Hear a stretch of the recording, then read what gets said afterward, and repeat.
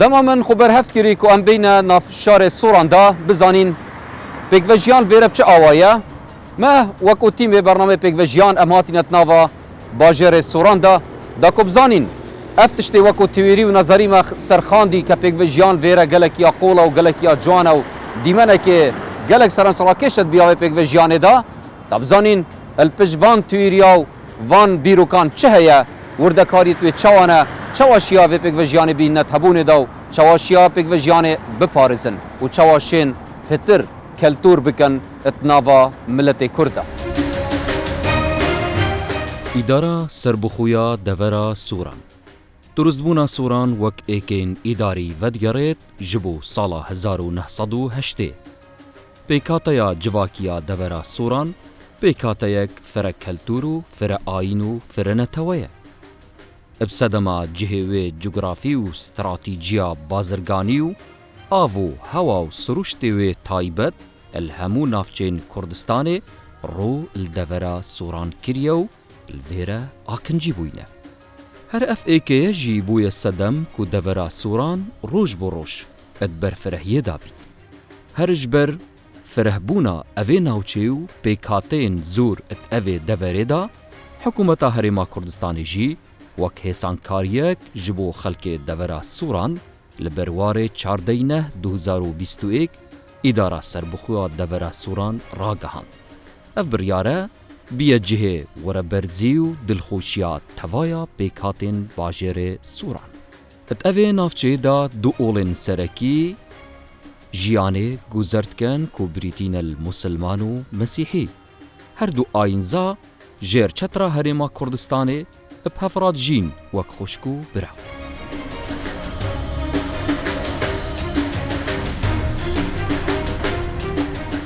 پروسیسا پرورده ایکش وان پروسیسان کتشیان دایا پرانسیپین زانز دوستیو، مروف دوستیو، جنگه دوستیو، ولات پارزیو پیگوژیانه اب محکمی بچسبینید ات مینتالیتیا قطابی دا.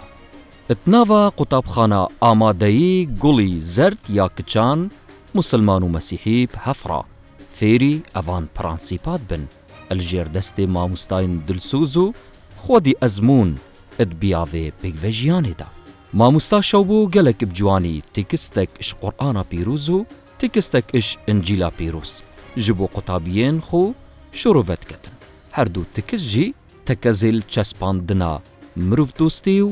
پیگوژیانت کن. دو دقم هنا دقة إنجيلا دقة بيروزي إنجيلا لقل دقة بيروزي قرآن هنا هردو كان دخل لسرتسكنوا لسر أوي بيكوجيان با خوشويستيو رزقرتن يقديو آشنابون يقدرو كالتورو شوازي جورا جور يقدي بناسن. قال الرب يسوع بهذا يعرف الجميع إنكم تلاميذي إن كان لكم حبا بعضا لبعض. دلي أجر يعني بو زوري دبنا كسرتشي باشو وقطابي من ابن أجر تبن إن كان لكم حبا بعضا لبعض أجر خوشويستي زورتان هبيت لبو يقدي يعني الهمان دقي إنزيلش باز دكادلي باس لا خوشويستي بيكوجاني عين يعني بيكوجاني يقدي كاتوا ذات إسلام بيت مسيحي بي هات عينة تشتكي جواز هي جرينك أويا رز لعيني يقدي بقرنو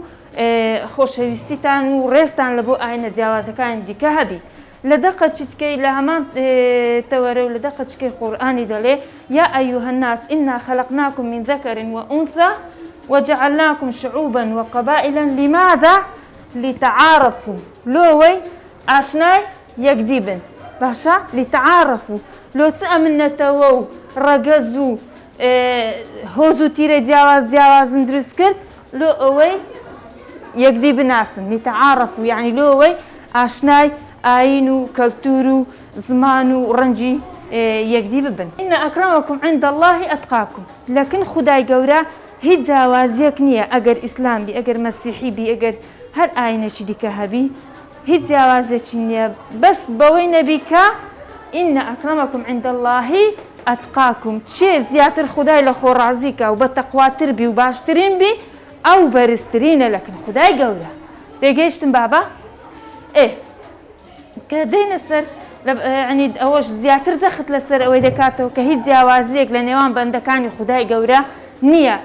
قال تعالى هو الذي خلقكم چی ئەنگۆی خەڵق کردیا ئەڵڵا نییە ئەڵڵا تاکە دروستکەری هەموو بوونەوەر و هەموو مردومە ومن نفس واحدة لە چ دروستکردینە لە یەک نەفس ئەو واحیدا گوتمان بەڵگەیە لەسەر ئەوەی کە ئەمە هەمووی لە یەک نەفس دروست بووینە یعنی هیچ جیاوازێک نە هیچ نەفسێتی جۆرا و جۆر نییە هەمومان سەرچاوەکەمان دروستبوونمان لۆ چه دەگەرێتەوە لۆ خودای گەورە و لە یەک نەفسش دروست بووینە. قال الرسول صلى الله عليه وسلم كلكم من آدم وآدم من التراب ئەوەش بەڵگەیە لەسەر ئەوەی کە ئەمە هەمومان یەک نەفسین دەڵێ هەمووتان لە نەوەی ئادەمن هەمومان دەگەڕێنەوە بۆ باوکە ئادەم و ئادەمیش لە چ دروستکرایە لە خۆڵ یعنی کەسیان لە زێر و زی و مادەی گرانبەهای دیکە دروست نەکراینە هەمومان لە خۆڵ دروستکراینە بە ئیسلام و بە مەسیحی و بە کاکەی و بە ئێزیدی زەردەشتی هەر ئاینەک هەبن هەمومان لەوی دروستکانە هەموو یەکسانین و یەک خودامان هەیە لە یەک نەفسیش دروست بووین.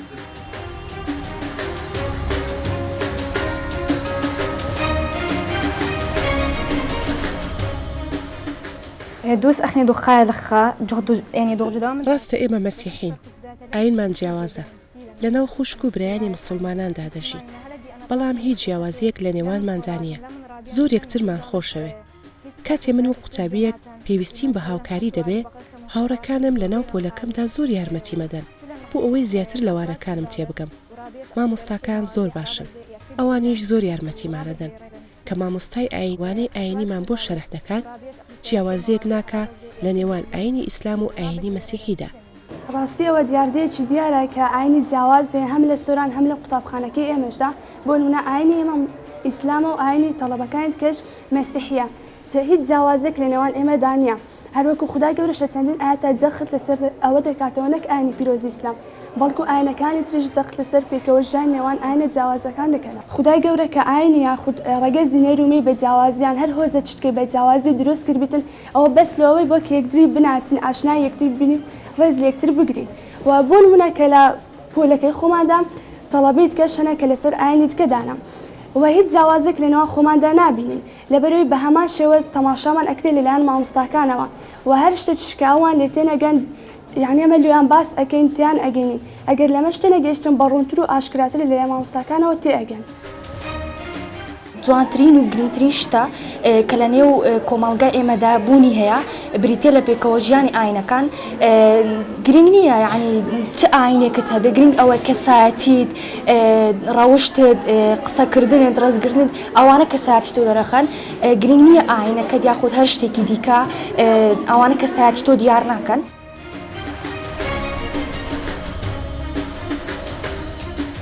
دەڤەرە سۆران ساڵیانە ساڵە برێت مەسیح و برێت مسلمان بێکڕا دژین قوتابخانەمەژی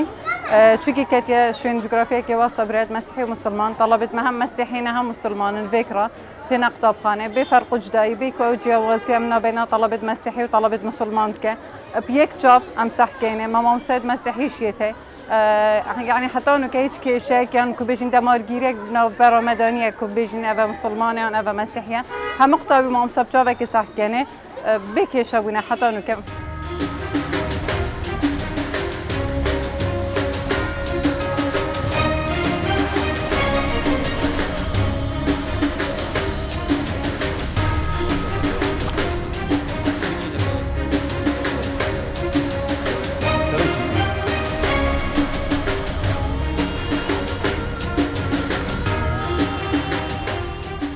مام گورگیس جنابتان یەکێک لەو بەڕێزانە بوون کە لە کاتی شۆڕەشی ئەیلول و گوڵاندا بەشداریتان کردووە لە شۆڕەشەکاندا جیالەوە کە بزانن ئەمە کوردە مسلمانە یان هەڵگری هەر دینێکی دیترە ئێوە وەکو مەسیحی بەشداریتان کردووە بەدەر لە هەموو جیاوازیەکتان مل بە ملی پێشمەرگەکان خەبات بکەن و تێبکوشن بۆ ئازادکردنی کوردستان. يعني طبيعي محل ديانة بوي بس زور بيزوري أو مسيحيان انتماء شورشان هبو بتايبتي انتماء بنمالي بارزاني يكم كس كاليرا التحاقي كرد بشورش لكوماري مهابات ريحان شليمون هبو هرئي أو ديانة بو خزمي إيما بو لقل بارزاني تسوبة سوفيت لقل داود كمال كويان دقوت بالله ئەوە هەر لەگەڵ بنەماڵی بارزانانی بوون ئیتر ئەوان کە مەڵە مستەفە هات گەیشتە مەڵە مستەفە دووبارە فەڕەنس و حەریری سەرکردەی شەید فەڕەنس و حەریری مامۆستا بوو لە باڵەچیان ئەویش ئیلتیحاقی کرد بە شۆڕش ساڵی 1962 ئەو کاتەی کە بارزانی هاتە ئەو دەبەرە باشە مام گورگیس قسەیەکی تر هەیە ئەڵێن کاتی خۆی کە برا مەسیحیەکان بەشداریان کرد لە شۆڕەشی ئەیلول و گوڵاندا بەشێکی زۆر لەو کەسانە کەسانی ئەکادمی بوون دکتۆر مهندس کەسانی خاوەن شەهادە بەڵام بەشداریان کرد لە شۆڕەش بەشداریان کرد بەبێ جیاوازی چونکە ئەو شۆڕشە تەنها ئی شۆڕشی کورد نەبوو کوردستانی بوو بە هەموو پێکاتەوە بە هەموو ئەدیان بە مەسیحی بە ئیزیدی بە موسڵمان یعنی حتا عەرەبیش تێدا بوو ئینجا لەو دکتۆرانە کە بەشداریان کردێ لەو شۆڕشە دکتۆر موشێ هەبوو لە لەشکری یەکی بادینان بوو لەگەڵ ئەسعەد خۆشەوی و عەلی خەلیل و سەلیم ئەسعەد ئێمە کە مەقەرمان لە گەزنێ بوو بەتالیۆنی یەکی هێزی باڵەکە لەگەڵ شەید حاجی بێڕۆخیدا بووین گەردی بوو طبیعی ئەمە ئازوقە کە بۆ ئێمە دەهات لە گەڵاڵە هەموو بە وڵاغ بە ئێستر دەهات تقریبا 30 ئێستر دەچوون بەڵام زۆرج کە ئەوزادەی هینە بەکانی سماقی و شێرکاوە و هینە ئاشی بێش و وەسەری خست بۆ حەسەن بەجی و بردە منتیقەی دەشتی هێرتە و بردە پیرەفاتە لە وێندەری حتا باڵندە ئەو زادە زۆر تێدا ئەوە ینی شتێکی زۆر مهمی بۆ شۆڕش بۆ تەقەمەنی بۆ مام گورگیس ئەگەر ئەو پرسیارە لە جەنابەت بکەم کاتی خۆی جەنابەت باسی جەنابی مەلە مستەفا کرد کە ئێوە گەیشتنە بەڕێزیان بۆ ئەوەی مل بە ملی ئەوان شۆڕش بکەن ئەو کات یعنی سەرنجی ئێوە کە ڕاکێشا کەسێکی وەکو جەنابی مەلە مستەفا بارزانی کە بە چاوەکی ئێکسانی تەماشای هەمووان کرد ئەوە بووە هاندەرێک بوو ئێوە کە درێژە پێدان بە شۆڕش بدەن و تا ئێستاش لە پێکەوە ژیان بەردەوام بن 100% بارزانی زۆر ڕز لە ئەدیانەکانی دەنا باڵێ بارزانی یعنی من ناتۆن مۆسفی بارزانی بکە قارەبان سەر لەشکر سیاسی لەگەڵ فەقیر لەگەڵ دەوڵەمەند لەگەڵ زانا لەگەڵ سیاستمەدان لەگەڵ غەیری دین یعنی نەبووەچی بارزان باشە ئێستاش ئێمە ئەو وڵاتە بە وڵاتی خۆمان دەزانین کورد بە وڵاتی خۆی دەزانی ئەبێ ئێمە هەموو دەست لە ناو دەست یەکتر بەرگری بکەین لە خاک و لەو وڵاتە و لەو نیشتمانە یعنی جەنابتان ئێستا وا هەست ئەەکەن کە ئەو خاکی کوردستانە خاکی ئێوەیەش بەڵکو کەسە کریسیانی و مەسیحی بەڵێ طبیعی چونکە ئێمە هەر وەک ئێوەی لێرە هەر بگرە لە مامۆستای ئاینی هەر بگرە لە مامۆستای زانکۆ هەر بگرە لە وەزیر هەر بگرە لە ئەندامی پەرلەمان هەر بگرە لە بەرپرس کە لێرە ئەبینن لە ناو کوردستان ئەو پێکەوە ژیانە هەیە چه هەستێک لە ئێوە دروست ئەبێت ئێمە لە مێژە ئەو بڕوامان هەیە نەک من ئەوە باب و باپیری ئێمە بۆ ئێمەیان جێڕای هەر زمانی شێخ عەبدولسەلام بارزانی کە ڕۆیشتێ بۆ قۆچانوس کە لەوێ مارشمونی ئێمە ئەو کاتە لەوێ دادەنیشت ئەو عیلاقە هەبووە ئێمە زۆربەی زۆری مەسیحیەکان بە کلدانی و ئاشووری و ئەرمەنی و سریانی لە بەغدا دەژیان وەڵە مووسڵ سێەم لە کەرکووک ئەوزە لە کوردستان کەم بوون بەڵام پاش ئەوەی کە ئەو تەیارانە هاتن بە ناوی حرەکاتی موسڵمانی و موسڵمانی ناوەنەبی موسڵمانی شعتراب دەکە کە موسڵمانینە یعنی نەپیاوی ئاینیان هشت سەریان لێبڕی نەکەنیسیان هشت تەقاندیان یعنی ئەو جۆرە حرەکانە حرەکەی تیرۆریستی مرۆڤاتی بەڵێ دژی مرۆڤاتی وای لێ کرد کە ئەو برا مەسیحیانە هەموو ڕوو بکەنە کوردستان الحەمدولله حکوومەتی کوردستان خوا تەمەنی درێژکە باوەشی بۆ ئەو مەسیحیانێ کرد نەکەر مەسیحی کاکە پڕە لە موسڵمان پڕە لە عەرەب پڕە لە شیعە هەموو ڕۆیان کردە کوردستان ئەو ئیزدیانە هەموو ڕۆیان کردە کوردستان باوەشی خۆیان بۆ ئەو خەڵکە کردەوە ئێستا بە شانازیەوە ئێمە لێرە دەژین سنتەرên ڕوشنبیری ڕوولێک هەری بباندۆر هەیە ئەت ناوا civakên cîhanî da ئەم وەکو تیمê بەرنامê pêkvejiyan çûyn berif senterê ڕوشنبیریê mesîhiyan سەربارê wê çendê ku avahiyê senterê wan yê biçîk û sade bû belê et nava rûk da yê tijî bû iş mirov dostî û têgehên bilindên pêkvejiyanê ئێمە وەکو سنتەر ڕۆشنبیری دیانە لە سەرەتای دامەزرانی سنتەرەکەمانەوە کەەوە هەموو شەوێک هەموو هێوارێک وەکو بڵێن پاش داوامی پاش تەوابوونی داوامەکانمان هەموو برای موسڵمانەکان و برای مەسیحیەکان وەک لە پشتە منەوە دیارن هەمویان خەریکی یاریکردن دەبین پێکەوە و چەند هۆدەکمان هەیە لە کاتی دانیشتین نسکۆفی و کۆفی برێکەک پێکەوە دەخۆین و پێکەوە یاری دەکەین و ئەمەش گزارش لەوەی دەکەکەوە پێکەوە ژیانێکی زۆر هەیە بە نسبەت ئەم قسەشەوەکەوە کە برانی مسلمان و مەسیحی ئێمە هیچ بە هیچ شێوازێک ئەم برانی مەسیحی و مسلمان ناڕۆین لێکیان زیان ناکەین و هیچ کاتێک نەمان وتوەوە ئەمە برایەکی مەسیحیە یان ئەمە برایەکی مسلمانە خانوویەکە بۆ هەمومان کرایتەوە بۆ هەرچی مرۆڤایەتی بیت لێرانە دێ سەردانمان دەکا بەبێ جیاوازی بەبێ ڕەچاوکردنی ئایا ئەمە مسلمانە ئەمە مەسیحیە لێرانش ئەو مەکتەبەمان هەیە مەکتەبەکە بە ناوی مەکتەبی ئاشور پانیپالمان دانایە پانیپالکە کەسێکی معروفی مەسیحەکان بوو بەڵام ئەگەر سەیری مەکتەبەکەش بکەین تەنها کتابی مەسیحی تێدانینە ئەم مەکتەبەیەش بەش کراوە کەەوە کتابەکانی بە کوردیشی تێدایە و کتابی عەرەبی تێدایە و کتابی مەسیحیشی تێدایە ئی زمانی خۆمان.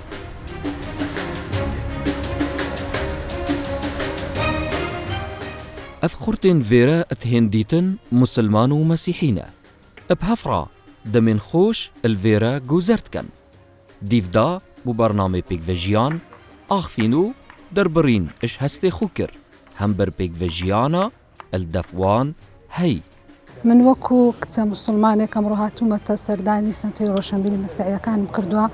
ئێمە هەر لە دێر زەمانەوە لەگەڵ یەکژیاوین هەر وەکو خوشک و برا ئەمە زۆر جار شەوان دێنە ماڵی یەکتر ئەوان دێنە ماڵی مە دائانیشین قسە ئەکەین لەگەڵ یەک دائانیشین ینی هاتو چۆشمان هەیە لە ماڵەوە هیوادارین ئەوانەی کە لە خوار خۆمان ینی پەروەردەیەکی وان بکەین کە بە هەمان شێوە ئێمە لەگەڵ برا خوشک و برا مەسیحیەکانمان هاوتەبا بن لەگەڵ یەکتر ینی هیچ فەرقێک لە نێوانیان نەبێ بەڕاستی.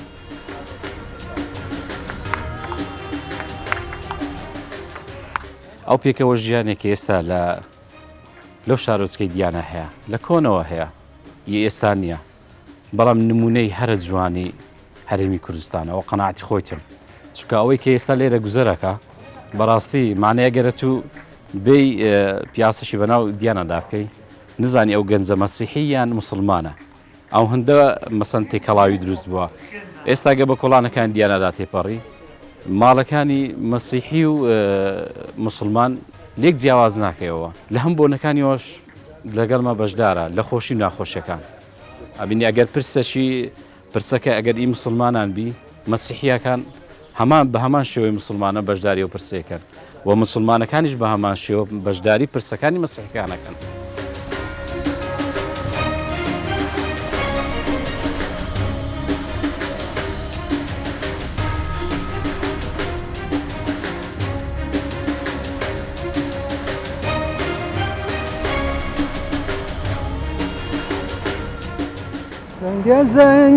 زنگ من وای دیسا دنگ ودان دنگ دوزا ولات من دنیا گرتو بر ندام از این ام وهلاین آخش درده از این خانه گوتی دچیروکا مموزینی مامۆستا وەلید دووسکی هونەرمەندێکی دێرینێ vêdeverەیە ئەکیت شین دەستێت هەوە هەنێت بوارێ پێکڤێژیانێدا مەدوێتن ئەم پێکڤێژیانێ دیتنا مامۆستا وەلید دووسکیدا بزانین پێکڤێژیان دەڤەرە سووران چاوایە باوەڕکەی پێکڤێژیان من زۆر فکر لێگرتەوە دیانە هەیە منطقە سۆران هەیە کێنجیا هەیە بۆ نمونە أزيل ديانا ناو مسيحية تنشت كنيسي يعني حزب غريبيناك يعني أزي مرتاحم مروف للجيان أخول بالمال أخول همش تأمينه وتدوروا بريتا جيرانة مسيحي هنا؟ مسيحي وبسلمان بس مسيحي زيادة تري يعني هو شهستك ما مستوقتي جنابتا وكو كسك مسلمان وهنرمندك دوروا بريتا مسيحي بن بله وهو شهستك دروس بيتن كدو ديني جياواز بلام تمام دم دا يعني تقلك هل تكنوا بيك فيجيانا كجوان نافبران ده هي خوشترين تشت كو أز شنازي بيبكم أو أمن وأمانتها ناو مسيحية يعني هنده أوش تقريبا 50 قصور صار نزيكي 6 صار أزيد ناو مسيحية جيم يعني بون منا دزيل مالا منها تكرمي من شر نكرد يعني من نديتي أو بيك شرج بكم يعني باور يعني تو هست إنه هي كتمام تكي كتو نافوان داد شيء زور يعني احتمال فترة من مالا خلوري باركرت أس مجبور بم جالي كديت شو ما ديانا راستا تيبك هاتا دامزراندن سالا هفته و هفته ما مستازراري أو تيب دامزراند و تيبك بو يا هما هنگ بود قال همي كسن ديتر تنانات قال براين مسيحي أجر ما بحثا ويتي بابا شاب كي تشاو تیپی پاشای گەورە مامۆستا زراری کوبەری تیپێش دامەزرێنی من هاتچواویت کرد گەلە زدابێتە من ئەتو دەنگت خۆشە استیفادە لە دەنجی تو دەکەین هەبوو تیپ دامەزرا هەفتەی و هەفتەی ئیدی مەدەست نەشاتی کرد یەکەم نەشاتی تیپێ ساڵا 83 مەتۆمار کرد سترانە کۆچەرێ بوو کۆچەرێش دەنگ بەدا ئیدی بووە پێنگاو یەکەم و هونەرێکی کوردی خاوین ئەم تەقدیم بکەن ئەوەمە گۆلی بوویت بژن مامۆستا زرار یێ بەرهەف بوو بێ بەرامبەر خۆبەخشی بۆ برایان مەسیحی ژێ بەرهەف بوو و بچیتن فێرە موزیک بکەت و وەکو بژن خزمەتە هوەری بکەتن بەڵێ باشترین نمونە ئەوە مامۆستا زرار 2 ساڵە دەورەی مۆسیقی لە کەنیسێ دیانەڤەکە بۆ برایەت مەسیحی بێ مەقابل هەموو ڕۆژدار ڕەواندزێ هێتن لێرە پرۆڤێکەن و دابنەوە هەلبەت ئەم سەڵاوت تنێرینە سەر ڕۆحاوی کە پێشی بچەند ڕۆژێت چووی گیانی خۆش دەستدا و چوو بەردلووانیا خودێ ویژی ڕۆلێک بەرچاف هەبووێت بوارێ پێکڤژیانی دڵ دەبەر سوڕان ڕاستی مەسیحی هەمیا کەیف پێێت ناوانش تازی بووە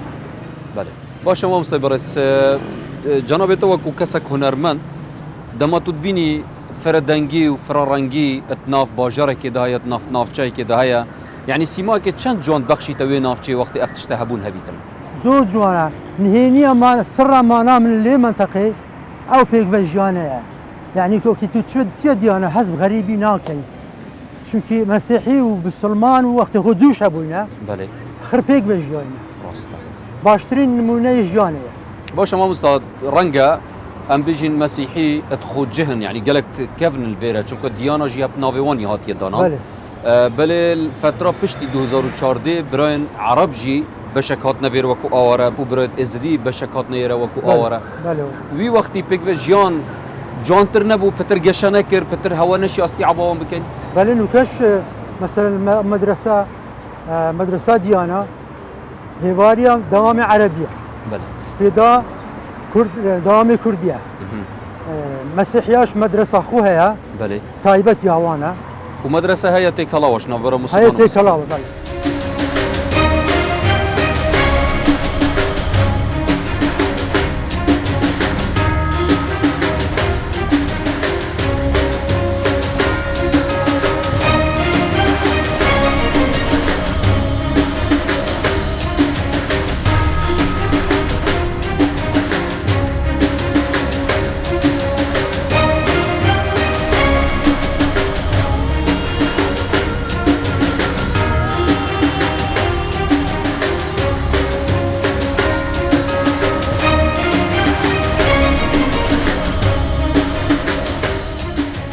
ئەو تیوریال سەرەتا بەرنامەی ئاماژە پێدا کومەل سەر سۆران خاندی پێکڤژیان